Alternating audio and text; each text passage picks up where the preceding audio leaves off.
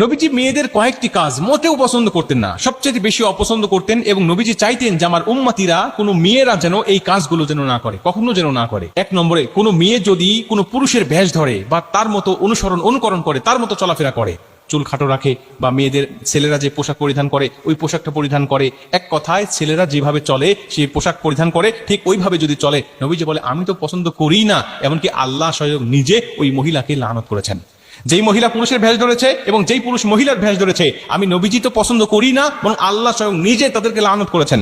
এজন্য কোনো মহিলা পর পুরুষের বা কোনো পুরুষের ভেষ ধরতে পারবে না, তাকে অনুকরণ করে চলতে পারবে না যেভাবে পুরুষেরা চলে। এটা হলো প্রথম নম্বরে। দুই নম্বরে, পর পুরুষের সাথে অবাধে চলাফেরা মেলামেশা করা যাবে না। অনেক নারী আছে মাহরাম কি আর গায়রে মাহরাম কি সবার সাথে একইভাবে চলাফেরা করে, একইভাবে কথা বলে, একইভাবে উঠা বসা করে, তার মধ্যে কোনো রকম পর্দার বাড়াই নেই, তার মধ্যে কোনো রকম পর পুরুষের সাথে যে কথা বলছে এর মধ্যে কোনো আদব কায়দা বা পর্দার এমন কোনো তওয়াক্কা তার মধ্যে নাই। নবীজি বলছে আমি মোটেও পছন্দ করি না যে কোনো মেয়ে সে পর পুরুষের মাঝে অবাধে চলাফেরা করবে, অবাধে মেলামেশা করবে।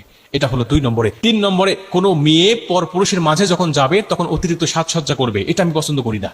মেয়েরা ঘরে যখন থাকবে, স্বামীর কাছে থাকবে, তখন সাজসজ্জা করবে, এটা সুন্নাত। এটা করলে স্বামীর অন্তরে স্ত্রীর প্রতি মহাব্বত সৃষ্টি হবে। কিন্তু কোন স্ত্রী যদি ঘরে থাকা অবস্থায় সাজগোজ ছাড়া থাকে এবং বাহিরে গেলে যদি সাজসজ্জা করে, তাহলে বোঝা যাবে ওই স্ত্রী স্বামীর জন্য নয়, বরং পর পুরুষকে নিজের দিকে আকর্ষণ করার জন্য সে সাজসজ্জা করেছে। অতএব আমি নবী যেটা পছন্দ করি না। আমি চাই আমার কোনো উম্মতি, কোনো মেয়ে অবশ্যই ঘরে যখন থাকবে স্বামীর জন্য সাজসজ্জা করবে, বাহিরে গেলে সে অতিরিক্ত সাজসজ্জা করবে না, কারণ বাহিরে সে পর্দায় চলবে, তার সাজসজ্জা কে দেখবে। এবং চার নম্বরে, কোনো পর পুরুষের সাথে একাকী নির্জনে থাকা, এটা নবীজি কখনো পছন্দ করতেন না। নবীজি বলে একটা মেয়ে একটা ছেলে যদি কোথাও নির্জনে থাকে, একাকী থাকে, সেটা হোক ঘরের ভিতরে হোক ঘরের বাহিরে, একাকী যদি কোনো নারী এবং পুরুষ থাকে, তাহলে ওই জায়গায় তৃতীয় জন হিসাবে শয়তান নিযুক্ত হয় এবং শয়তান তাদের অন্তরের মধ্যে ধোঁকা দিতে থাকে, তাকে গুনাহের জন্য সংগঠিত করার জন্য বারবার তাদেরকে লেলিয়ে দিতে থাকে এবং এক পর্যায়ে তার গুনাহে লিপিবদ্ধ হয়ে যায়। প্রিয় বোনেরা আমার, এর জন্য আমি আপনাদেরকে বলি অবশ্যই নবীজির এই কথাগুলো মেনে চলবেন। এটা হলো 4 নম্বরে। 5 নম্বরে, স্বামীর অবাধ্য হওয়া। নবীজি বলছে এটাও আমি পছন্দ করি না, কারণ যেই নারী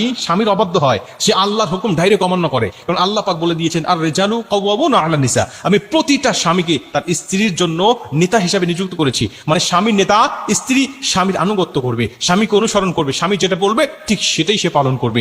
স্বামীর কথার বাহিরে কোনো নারী চলতে পারে না, কারণ নারীকে আল্লাহ স্বামীর আনুগত্য করে দিয়েছে। অতএব নারীরা স্বামীর আনুগত্য করবে, নবীজি এটা পছন্দ করেন। কিন্তু নারী যদি স্বামীর অবাধ্য হয়, নবীজি বলছে এটা আমি পছন্দ করি না। এবং নবীজি বলছেন এরপরে যদি কোনো নারী স্বামীর কথার উপরে কথা বলে, স্বামীর মুখের উপরে কথা বলে, অথবা মুখে মুখে তর্ক করে, আমি নবী এটাও পছন্দ করি না।